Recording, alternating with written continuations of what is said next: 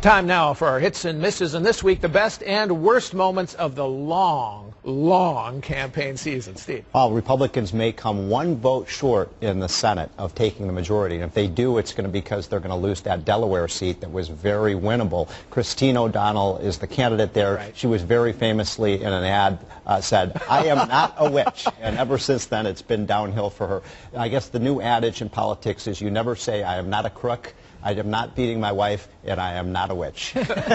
All right, Mary. Every week there's a new low, and so this week we had President Obama talking to a group of Latinos on a Spanish radio station, and he said that if Latinos sit out the election and instead of saying we're going to punish our enemies and we're going to reward our friends, then that would be a mistake. Right. I think for the commander-in-chief to refer to his political opponents as enemies is really a new low. All right, John. You know, the October surprise the Obama White House brought to this campaign was an accusation that the Chamber of Commerce was using foreign money to influence the election. Turns out that wasn't the case. But in 2008, the Obama campaign consciously turned off its computer filters that told us who was contributing under $200. Half their money came from that. I think an awful lot of money came from foreign sources. So did auditors at the Federal Election Commission. This is beyond chutzpah. All right, Dan.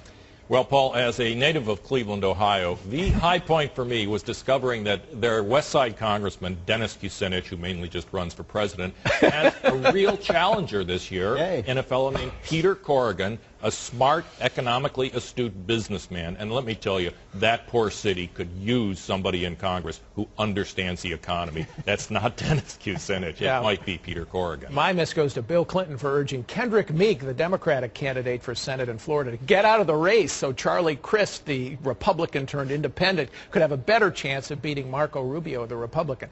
Not only is that a betrayal of Meek, who won the Democratic primary fair and square, but it also shows how much Democrats and even Bill Clinton fear Marco Rubio, who becomes an instant star if he does win. And I think Bill has maybe 2016 on his mind and Hillary running for the White House. They want Rubio out of there. They're back.